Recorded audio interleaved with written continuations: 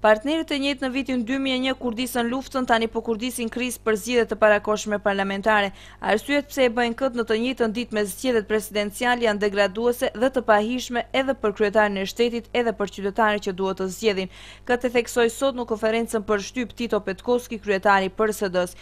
Ai akuzoi se koalicioni qeveritar, pasi që pranoi humbjen në fushën ekonomike, tani po i rrëken retorikës nacionaliste. Për ata nuk janë të nevojshme as NATO as Bashkimi Evropian.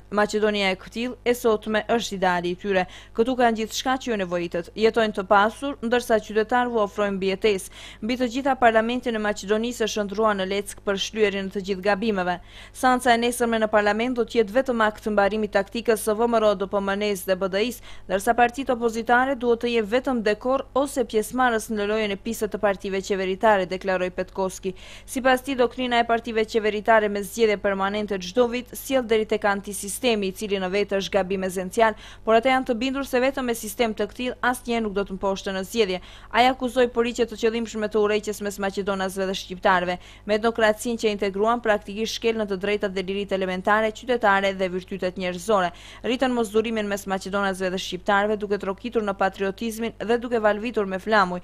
Në situata të tillë, në mënyrë të pashmangshme, do të ninin konflikte, ndërsa VMRO, DPMNE dhe BDI do të mbrojnë interesat njëri pas tjetrit që të qeverisin më gjatë, tha Petkovski.